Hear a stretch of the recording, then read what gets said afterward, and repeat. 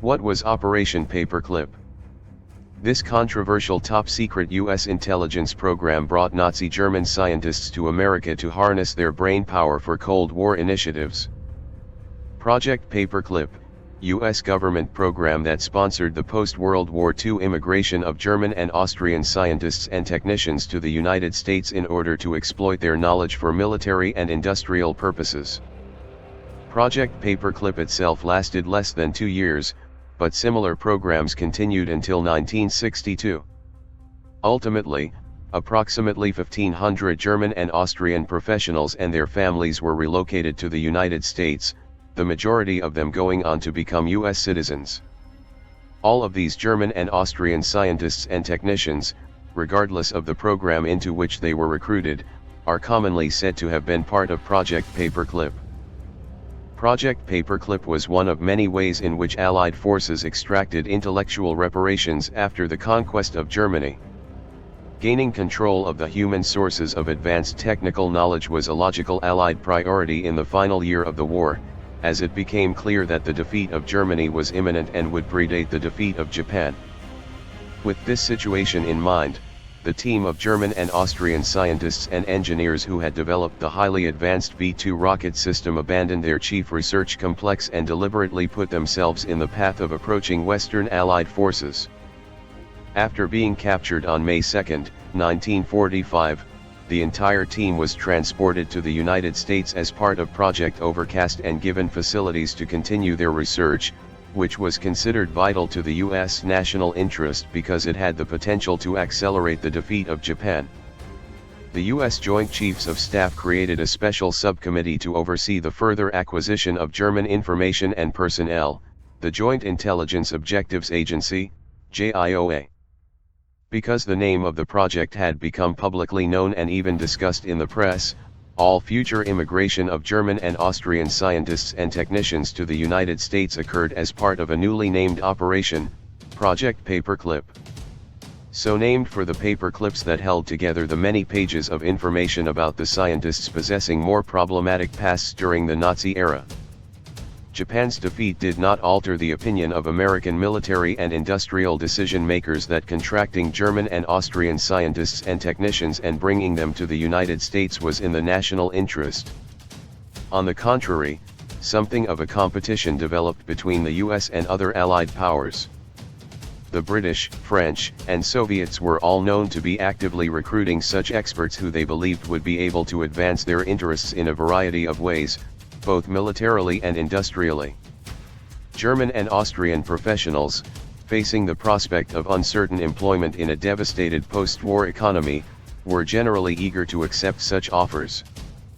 American personnel on the ground reported that, short of putting such experts under guard to keep them in Germany, which actually did happen on occasion, they had no way to prevent other countries from exploiting the experts' knowledge.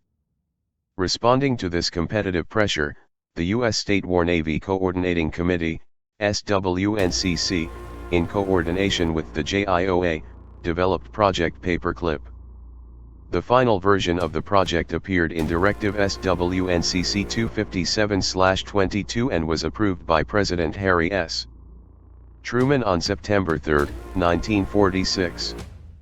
It allowed U.S. military departments to sponsor the immigration of chosen, rare minds.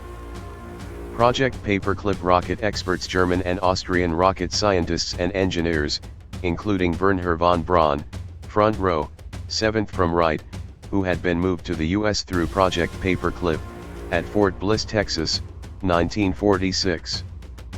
Project Paperclip was not given carte blanche. Experts selected by the program had to be screened by the JIOA, and, according to official policy, anyone who had been more than a nominal member of the Nazi Party was to be excluded. The ethical and moral concerns of the project were immediately obvious to many within the U.S. government. Some considered these experts to be a national security risk, given their change in loyalty. Nevertheless, U.S. policy at the time called for pressure to be put on other countries, particularly those in the Americas, to repatriate Germans who had fled their country. At the same time, denazification policies in the U.S. occupied sector of Germany set a notably higher bar than Paperclip. Indeed, Samuel Klaus, the U.S. State Department representative in the JIOA, demanded background checks on paperclip candidates so thorough that he was widely believed to be deliberately delaying the implementation of the program. When news of the project was released, there were protests from prominent public figures in the United States, including Albert Einstein and Eleanor Roosevelt. Nonetheless, the increasingly urgent sense of competition ultimately led the State Department to back down and issue visas to designees of Project Paperclip. As the Cold War developed, it was increasingly used as the core justification for Project Paperclip. In 1946, the Soviet Union had carried out its own version of the project, called Operation O-Sovyakim, and it continued to contract experts in the Soviet-occupied portion of Germany. In 1948, Senator Harry F. Byrd of Virginia wrote an article in which he publicly defended Project Paperclip in utilitarian terms, arguing that giving up invaluable knowledge to the Soviet Union because of moral qualms related to the holders of that knowledge would be foolish. Many of those who came to the U.S. through Project Paperclip and related projects achieved great success. The most famous is likely Wernher von Braun, the scientist who had led the development of the V-2 rocket for the Wehrmacht and who later played a prominent role in the U.S. space program. After completing the government contracts that had brought them to the U.S., many other scientists and engineers who had come to the U.S. through paperclip-related programs went on to have profitable careers in the private sector. While Project Paperclip scientists and engineers were said to have unwillingly joined the Nazi Party, solely as a condition of securing employment in the Third Reich, the truth proved to be far more complicated. There were numerous instances when U.S. military staff covered up information about the backgrounds of former Nazis who the Americans had determined would be national security assets. To achieve scientific success in the Third Reich, it had often been necessary to demonstrate loyalty to the regime and to develop close relationships with Adolf Hitler's inner circle. Moreover, weapons factories and labs that had conducted experiments in Nazi Germany had employed slave labor.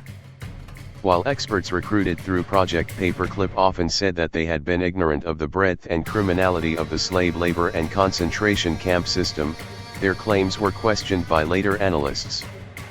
Some infamous cases came to light in which Nazi experts who had acted as persecutors had been granted residency in the United States or had been allowed to enter the country through paperclip-related projects. One of the most notable examples was Otto Ambros, a German chemist and a convicted war criminal, who had at least twice been granted visa waivers to visit the United States. Investigative journalism in the 1970s led to a series of hearings on Project Paperclip in the U.S. House of Representatives, which concluded that American military leaders had made morally bankrupt decisions on the grounds of national security. Partially as a result of the hearings, in 1979 the Justice Department opened the Office of Special Investigations, OSI. Its mission was to find and bring to justice any Nazi war criminals who were living in the United States.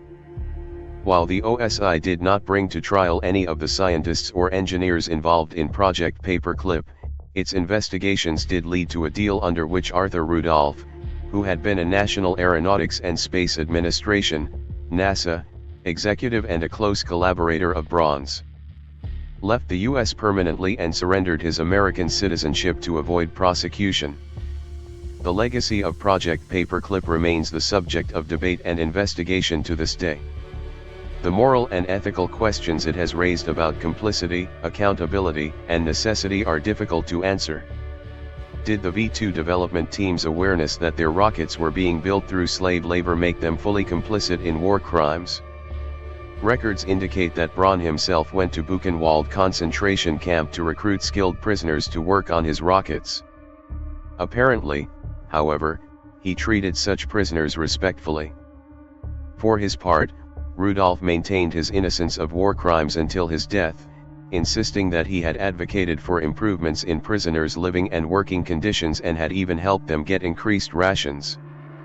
The breadth and depth of these men's knowledge of and participation in the systematic war crimes being committed around them is difficult to gauge objectively, but the fact of their knowledge and participation is inarguable.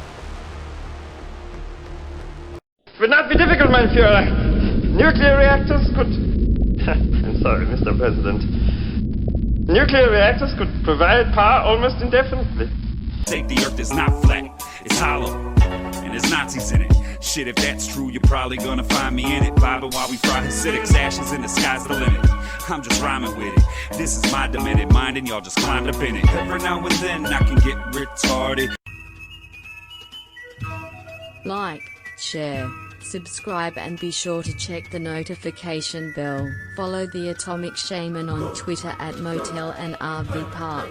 Listen to Paranormal Green Text Stories on Atomic Shaman TTS on YouTube. Catch the live streams of Atomic Shaman Sweat Lodge only on Rumble.